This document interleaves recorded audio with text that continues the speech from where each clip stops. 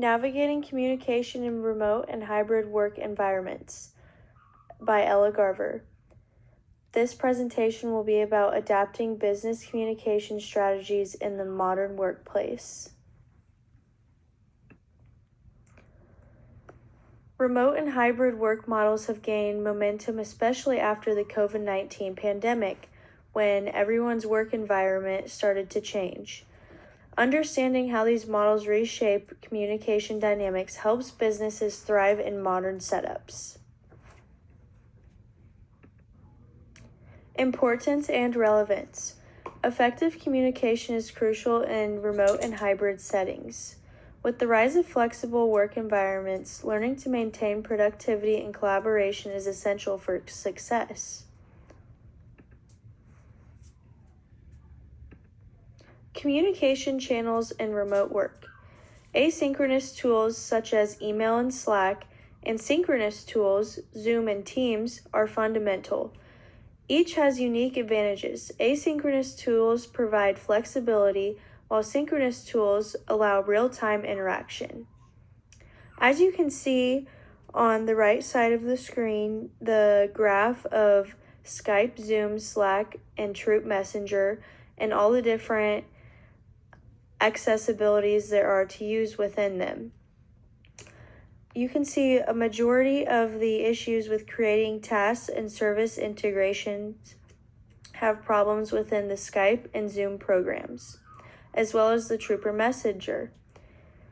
You can also see that call recordings and calls to mobile and landline are not accessible on Slack and Troop Messenger. According to Remote Work Effects and Working from Home by Holtz and Allen, there are many challenges in remote communication.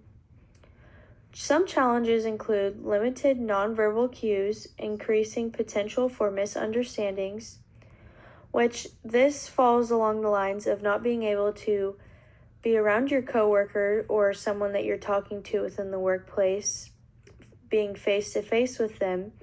You are communicating over a computer, whether that's via Zoom or email or some other form of communication along those lines. You can see each other face-to-face on Zoom, though this can cause issues with being able to see how the person's physical interactions are within your conversation. There's also reduced spontaneous interactions that foster collaboration. Some collaborations can cause issues within the remote workplace because you're not all together in one area or one place. You could be all around the world working with other people trying to collaborate on different tasks within your job. And also there's an over-reliance on digital tools within the remote workplace because most people solely rely on their computer. According to Remote Work and Engagement by Gould, there is some impact on team dynamics within the remote workplace, whether that's hybrid or fully remote. Remote work can lead to a term such as siloed communication. This means team members interact primarily within their intermediate groups, reducing cross-department collaboration. This comes with benefits and some downsides because some benefits of incorporating the siloed communication in the workplace would be being able to stay on task and focus solely on the task that your boss or your business hired you to do.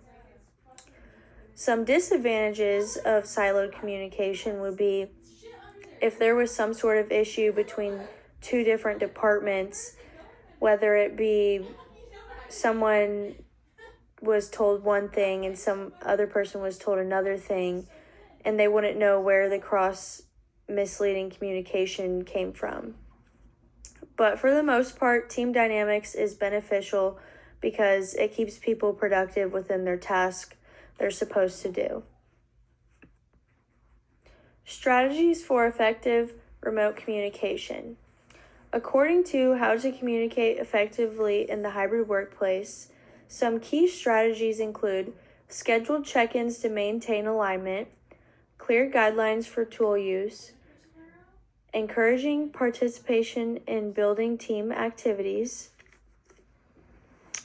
and also there are 10 more effective communication strategies for remote teams according to Go Visually, such as don't shy away from over-communicating, because if you under-communicate, there could be some misunderstanding which could lead to major issues in the future.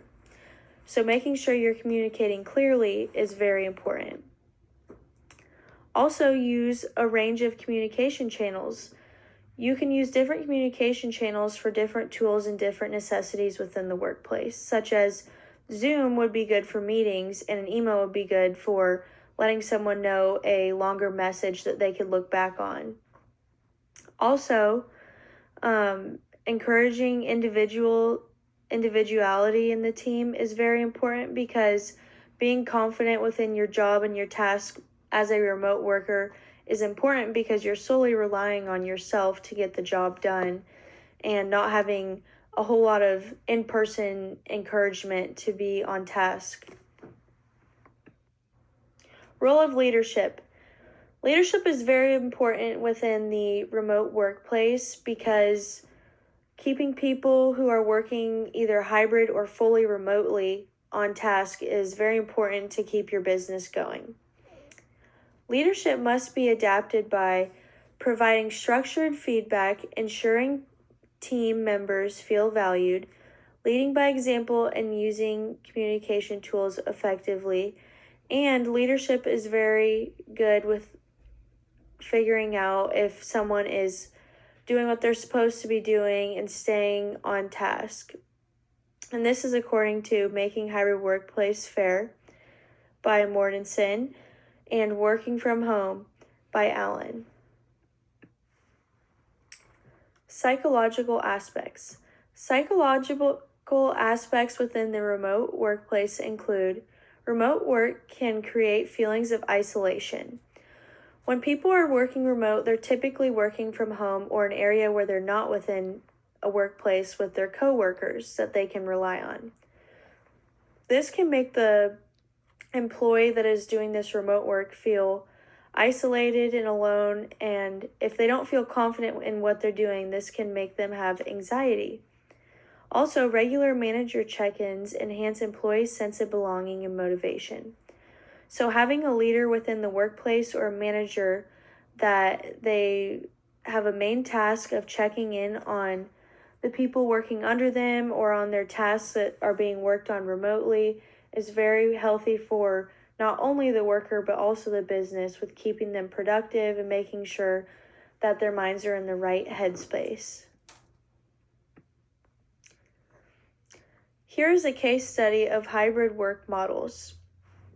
According to Hybrid Work Field Experiment by Chowdhury, case studies show hybrid models improve flexibility and collaboration. Companies adopting this approach report higher employee satisfaction and productivity. As you can see this graph on the right side of the screen, it shows engagement levels by different work models. For remote models, there's 75% engagement. Hybrid models, 81% engagement, and on-site, fully in-person models, there's 72% engagement. I think that remote models and hybrid models have a better score with engagement from their workers, because they're able to have less stress with being in a comfortable environment such as their home, and the flexibility allows them to have less anxiety and stress about their work. As for being on-site, they most likely would be in an office from 8 to 5 and are not in a very comfortable place that they don't feel stressed out in. Some common technological tools within the remote and hybrid workplace. According to Communication Technology Use by Wu, common tools are Microsoft Teams, which facilitates structured conversations, Zoom, which has effective for large-scale meetings, and Slack, ideal for quick asynchronous communication. All these tools collaborate together to help workers within remote environments communicate with all their other coworkers. Another main form of communication within the workplace is email. Email allows for many different workers in the remote workplace to communicate 24/7 and keep a filed record of what they emailed someone or were informing someone or communicating to someone. Email is one of the most effective forms of communication along with Zoom to keep a remote workplace productive and on task. Future trends within the remote workplace. According to Abrams and Allen, some future trends include increased use of AI and communication tools. I know AI has recently just been introduced into our world of the workplace and for researching all different types of new information, but it is told to be that it is going to be a future tool within many different workplaces and it is advancing at a very rapid rate. Also, development of virtual office environments. In the future, there's most likely going to be many more different ways of how remote workers can communicate within the workplace. Currently, our main ones are tools like Zoom and email, but we could see many different more programs being produced in the future. Also, continued emphasis on employee well-being. There's also going to be future trends in making sure people who are working remote are doing okay mentally and physically within the workplace. There will be many more studies in our future on how different results come about with people who work in person, hybrid, and fully remote within the remote workplace. Personal reflection. I personally work a full-time hybrid remote job. I mostly work remote from my apartment, but I do commute to our office typically 2 to 3 times a month, just to make sure everyone and our warehouse guy is productive within our business. My job really highlights the importance of regular, structured communication. My main way of communicating with our workplace is phone calls and emails.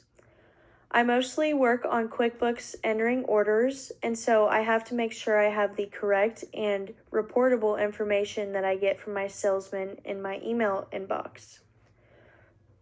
I have found that adaptable strategies foster better connections and productivity.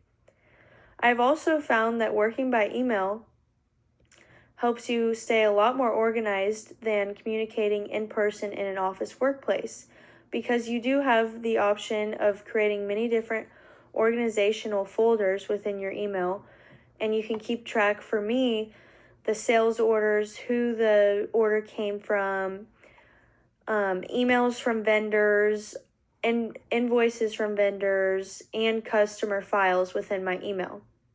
This helps me stay organized and not get unorganized within all the different types of files I get through my email. In conclusion, to succeed in remote and hybrid settings, organizations must adapt communication strategies. Doing this via email, Zoom, Skype, phone calls, whatever it may be that's not in person, they must adapt to all the communication strategies, which this can take some time to learn. Also, combining flexibility with structure enhances collaboration and team cohesion. As you saw throughout this presentation, flexibility is a main part of remote and hybrid work, as well as individuality.